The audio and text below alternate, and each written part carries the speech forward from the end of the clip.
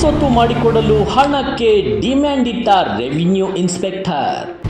ಸರ್ಕಾರಿ ಕಚೇರಿಗೆ ಅಲೆದು ರೋಸೆದ್ದ ಹೆಣ್ಣುಮಗಳು ಲೋಕಾಯುಕ್ತಕ್ಕೆ ದೂರು.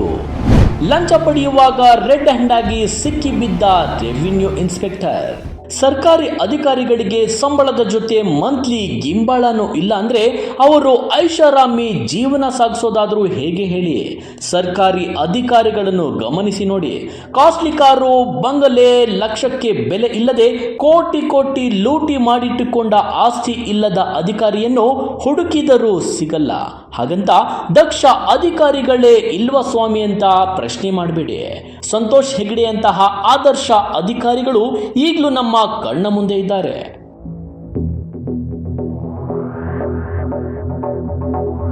ಅಂದ ಹಾಗೆ ವಿಷಯ ಏನಂದ್ರೆ, ಶಿವಮೊಗ್ಗ ಜಿಲ್ಲೆಯ ಸೊರಬ ತಾಲೂಕಿನ ಸೊರಬ ಪುರಸಭೆ ರೆವಿನ್ಯೂ ಇನ್ಸ್ಪೆಕ್ಟರ್ ಈ ಸ್ವತ್ತು ಮಾಡಿಕೊಡಲು ಮಹಿಳೆಯೊಬ್ಬರಿಗೆ ಹಣಕ್ಕೆ ಡಿಮ್ಯಾಂಡ್ ಇಟ್ಟು ರೆಡ್ ಹ್ಯಾಂಡ್ ಆಗಿ ಲೋಕಾಯುಕ್ತ ಬಲೆಗೆ ಬಿದ್ದಿರುವ ಘಟನೆ ನಡೆದಿದೆ.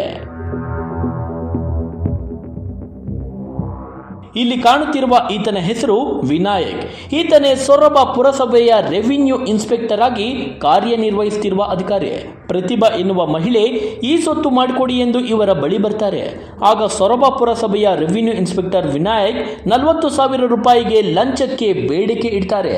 4-5 ತಿಂಗಳಿಂದ ಸರ್ಕಾರಿ ಕಚೇರಿಗೆ ಪ್ರತಿಭಾ ಈ ಸ್ವತ್ತಿಗಾಗಿ ಅಲೆದು ಸುಸ್ತಾಗಿ ಕಡೆಗೆ ಶಿವಮೊಗ್ಗದ ಲೋಕಾಯುಕ್ತ ಕಚೇರಿಗೆ ತೆರಳಿ 15/2/2024 ರೆವಿನ್ಯೂ ಇನ್ಸ್ಪೆಕ್ಟರ್ ವಿನಾಯಕನ ಮೇಲೆ ದೂರು ದಾಖಲಿಸುತ್ತಾರೆ.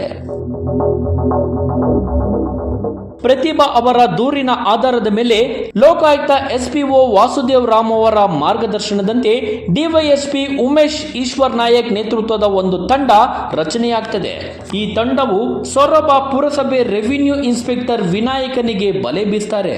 ಆಗ ರೆವಿನ್ಯೂ ಇನ್ಸ್ಪೆಕ್ಟರ್ ವಿನಾಯಕ್ ಲಂಚ ಪಡೆಯುವಾಗ ರೆಡ್ ಹ್ಯಾಂಡ್ ಆಗಿ ಲೋಕಾಯುಕ್ತ ಅಧಿಕಾರಿಗಳ ಕೈಗೆ ಸಿಕ್ಕಿಬಿದ್ದಿದ್ದಾರೆ. ಇಲ್ಲಿ ಮತ್ತೊಂದು ಗಮನಿಸಬೇಕಾದ ಸಂಗತಿ ಏನೆಂದರೆ, ಸೊರಬದಲ್ಲಿ ಕಳೆದ 1 ವರ್ಷದ ಒಳಗೆ 2ನೇ ಬಾರಿಗೆ ಲೋಕಾಯುಕ್ತರು ದಾಳಿ ಮಾಡಿರುವ ಪ್ರಕರಣ ಇದಾಗಿದ್ದು ಸಾರ್ವಜನಿಕರಿಂದ ಪ್ರಶಂಸೆಗೆ ಪಾತ್ರರಾಗಿದ್ದಾರೆ.